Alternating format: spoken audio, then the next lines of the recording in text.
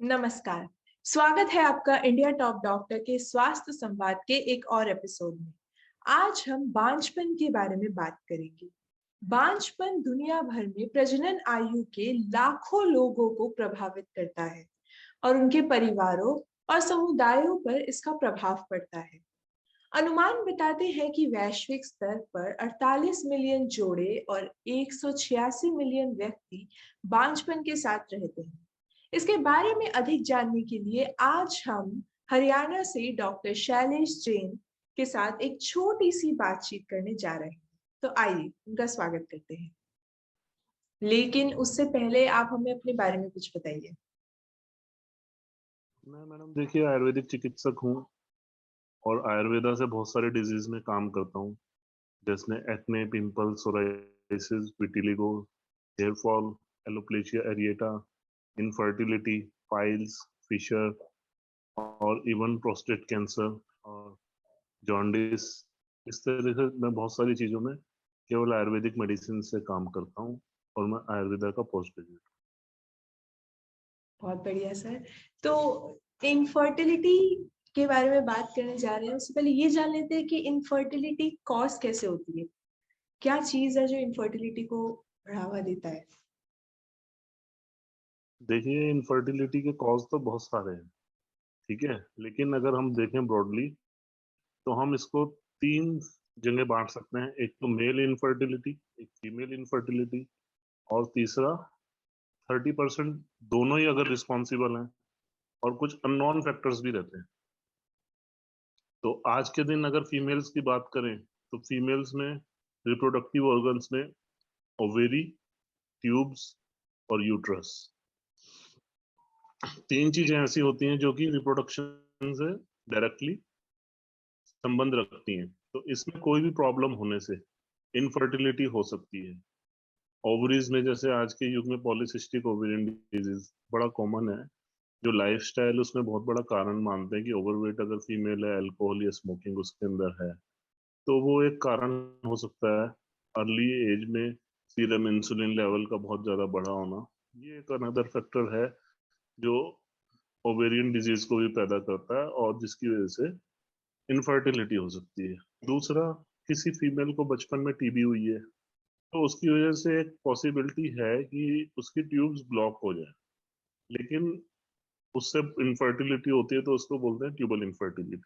Tubal infertility में लेकिन आयुर्वेदा का भी आज के दिन बहुत अच्छा स्कोप है। अगर उत्तर बस्ती एक चिकित्सा है जिसमें इंट्रायूट्राइन इंसेमिनेशन कैथेटर से कुछ ऐसे मेडिकेटेड ऑयल डाले जाते हैं जिससे कि ट्यूब्स खुल जाती हैं। इसके अलावा अगर किसी को ज्यादा ट्यूबल इनफर्टिलिटी की प्रॉब्लम है और कोई सोल्यूशन नहीं मिल रहा तो आज के दिन आईवीएफ बहुत अच्छा ऑप्शन है, उसके अंदर सफलता अच्छे से मिल जाती है। तीसरा फैक्टर फीमेल्स में आ गया यूट्राइन फैक्टर। यूट्राइन में आजकल फाइब्रोइड यूट्रस होना बहुत कॉमन चीज है और बहुत अर्ली एज में हो रहा है, तो ये एक बहुत बड़ा फैक्टर है। दूसरा क्या, क्रॉनिक सर्विसाइटिस, यूट्रस के नीचे वाले भाग में एक सर्विक्स होती है जो उसकी एंट्री पाथ होता है, और फीमेल्स में रिकरेंट वेजाइनल इन्फेक्शन और उसकी वजह से कई बार सर्विसाइटिस रहता है, और वो भी एक बहुत बड़ा कारण होता है इनफर्टिलिटी का। कुछ इनडायरेक्ट फैक्टर्स होते हैं जैसे कि थायराइड, और लाइफस्टाइल डिसऑर्डर्स में आज माने तो हाइपरटेंशन और डायबिटीज प्री डिस्पोजिंग फैक्टर्स हैं जो फीमेल्स में भी मिलते हैं। तो ये सब कारण तो फीमेल्स के रहे। अब रही बात मेल्स की। मेल्स के अंदर भी क्या रहता है कि एक तो स्पर्म काउंट का कम होना, स्पर्म काउंट का कम होना को बोलते हैं ओलिगोस्पर्मिया, ठीक है। दूसरा, स्पर्म काउंट तो है लेकिन उनकी शेप ठीक नहीं है तो उनको बोलते हैं टीराइटोजूस्पर्मिया।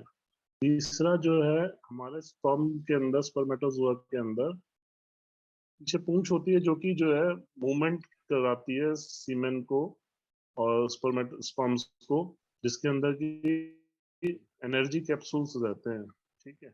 अगर कई बार जो है स्पर्म्स के अंदर पूरी ताकत नहीं है तो उसको बोलते हैं नेक्रोजोस्पर्मिया। तो इन सब चीजों के लिए आयुर्वेद में बहुत सफल चिकित्सा है। और आज के दिन अल्कोहल और स्मोकिंग, ये, और तीसरा थायराइड, फिर मेल्स में ये बड़े फैक्टर आ गए। और चौथा जो है लाइफ स्टाइल डिसऑर्डर और लाइफ स्टाइल। ठीक है, लाइफ स्टाइल में आप बोले तो अल्कोहल और स्मोकिंग मैंने पहले ही बोला। जी। ठीक है, टाइमली फूड हैबिट नहीं है, वो भी एक अच्छे स्पर्म्स के लिए जरूरी है, वो जो नहीं है। दूसरा, आज के दिन जो है टाइट जीन्स पहनते हैं बच्चे। टाइट जीन्स पहनने से क्या होता है कि हमारे स्क्रोटम का जो है टेम्परेचर बढ़ जाता है। ये उस देश का पहनावा है जहाँ पे बोलते हैं 20 डिग्री को भी भाई बहुत गर्मी है। तो हमारे देश में जो है अगर ये टाइट जीन्स पहनते रहे और जेब में मोबाइल रखते, तो उससे क्या होता है कि स्क्रोटम का टेम्परेचर बढ़ जाता है, जो स्पर्म की लाइफ को खत्म करता है। तो ये भी एक बहुत बड़ा फैक्टर है। ये मुख्य रूप से मैंने आपको बताया कि जो कारण है स्पर्म के खराब होने के या फिर मेल्स में इनफर्टिलिटी के। इसके जी अलावा सर, कुछ पूछना? बहुत काफी डिटेल्स में आपने बताया है हमें इस बारे में। तो सर, जैसे कि हम जानते हैं कि इनफर्टिलिटी कम से कम बहुत, मतलब बहुत मिलियन केसेस आते हैं इनफर्टिलिटी के, लेकिन इसकी जो नॉलेज है वो बहुत कम लोगों में है, अवेयरनेस बहुत कम है। तो उसके बारे में अगर आप कुछ एड्रेस करना चाहते हैं, कुछ हमारे जनता को बताना चाहते हैं तो। देखिए, फीमेल्स में जो देखने वाली बात है कि अगर उनका पीरियड्स या मेंस्ट्रुअल साइकिल टाइम पे नहीं है, तो उनको छोटे छोटे टेस्टों की तरफ ध्यान देना चाहिए। एक अल्ट्रासाउंड कराएं और एक थायराइड कराएं, ताकि उनका जो है अगर पॉलीसिस्टिक ओवेरियन डिजीज है या फिर थायराइड सिंपल सा डिस्टर्ब है, तो उसकी वजह से ये ऐसी समस्या हो सकती है। और अपना बॉडी वेट एडिक्वेट रखें। और मेल्स के लिए ये है कि मैंने बताया टाइट जीन्स को अवॉइड करें।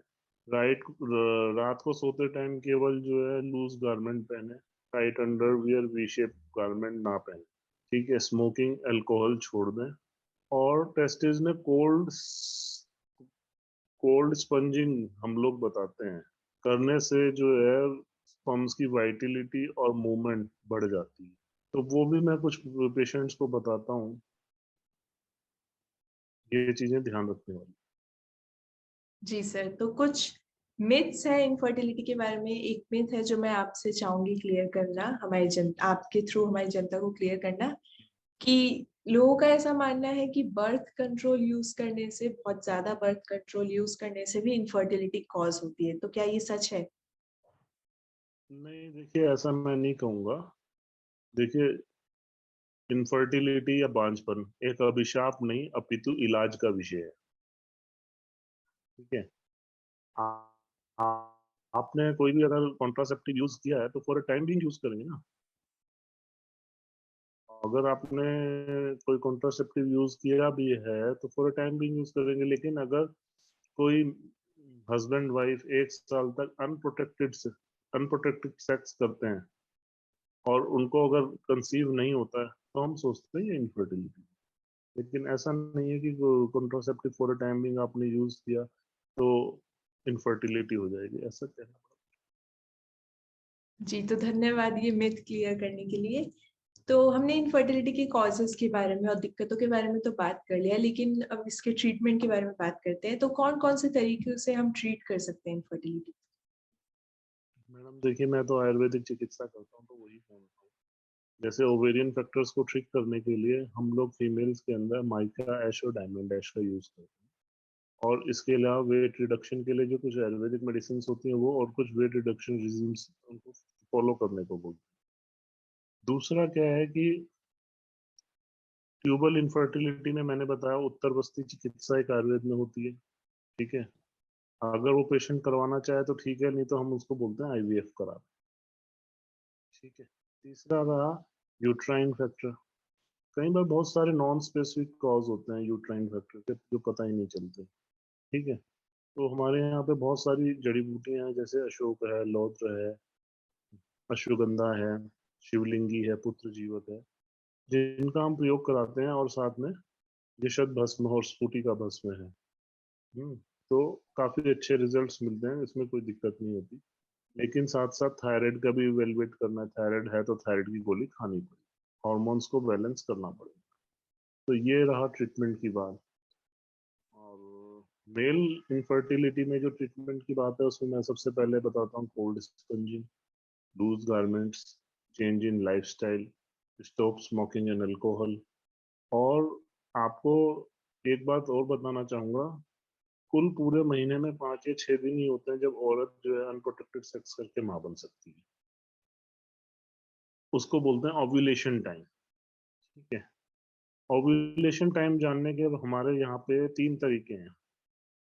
ये तो एक तो जो है आप ओव्यूलेशन को कैसे जानेंगे कि कब ओव्यूलेशन हो रहा है। एक तो क्या है कि आप ग्राफ पेपर लें और टेम्परेचर चार्टिंग करें और मिड साइकिल में कहीं टेम्परेचर ड्रॉप हो रहा है तो समझिए ओव्यूलेशन हुआ है। तो 2 दिन पहले और 2 दिन बाद अगर हस्बैंड वाइफ साथ रहते हैं तो समझिए ज्यादा इम्पोर्टेंट है।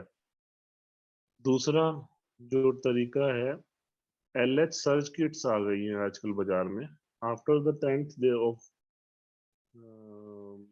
Cycle, in the 10th vicious cycle जो 28 डेज का रहता है फीमेल्स का मेंस्ट्रुअल साइकिल, जो उसके अंदर अगर 10th डे पे के बाद अगर हम कभी भी टेस्ट करें तो एलएच सर्च किट में ल्यूटिलाइजिंग हार्मोन हमको देखने को मिलता है यूरिन में, जिससे हमें आइडिया लगता है कि अब ये ओव्यूलेशन हो चुका है। तो वो एक अच्छा मेथड है।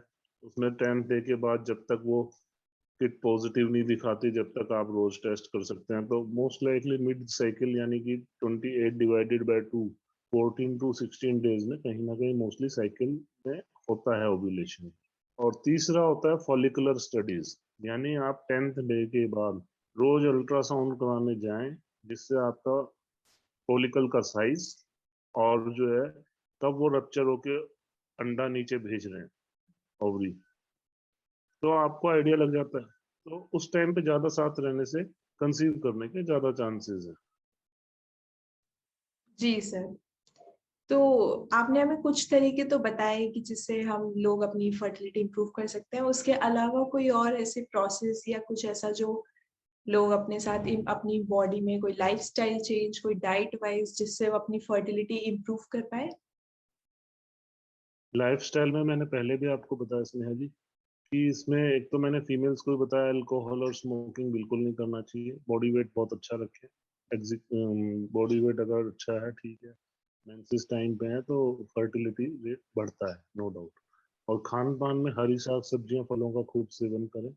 और स्ट्रेस जो है फीमेल्स के अंदर, एक स्ट्रेस बहुत बड़ा फैक्टर मैंने देखा है, क्योंकि हमारे समाज में बोलते हैं कि भाई ये औरत माँ नहीं बन पा रही, बांझ है, तो उसका स्ट्रेस इतना ज्यादा होता है कि वो उसकी वजह से भी ओव्यूलेशन नहीं होता।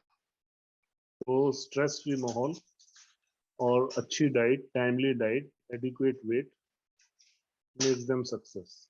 ऐसे ही मेल्स में मैं बोलूंगा कि भाई स्मोकिंग अल्कोहल छोड़ दें। बहुत ज्यादा गर्म पानी से ना लें, टेस्टिस पे डायरेक्टली बहुत गर्म पानी ना डालें, उसका टेम्परेचर बढ़ाने वाले वी शेप गारमेंट्स या टाइट जीन्स ना। तो ये छोटी छोटी सलाहें जिनसे जो है आप अपनी फर्टिलिटी रेट बढ़ा सकते जी सर। तो आपने कहा था कि आप आयुर्वेदिक है। हैं आयुर्वेद जी। का इनफर्टिलिटी ट्रीट करने में या और भी बीमारियां ट्रीट करने में कितना बड़ा हाथ है, इस बारे में हमारे जनता को थोड़ा सा जागरूक करिए, क्योंकि सबसे पहले जब भी कोई दिक्कत आती है सब और मेडिकल उसकी तरह ज्यादा भागते हैं, आयुर्वेद को लास्ट प्रायोरिटी रखते हैं। तो आप थोड़ा सा हमारी जनता को जागरूक कीजिए उस बारे में।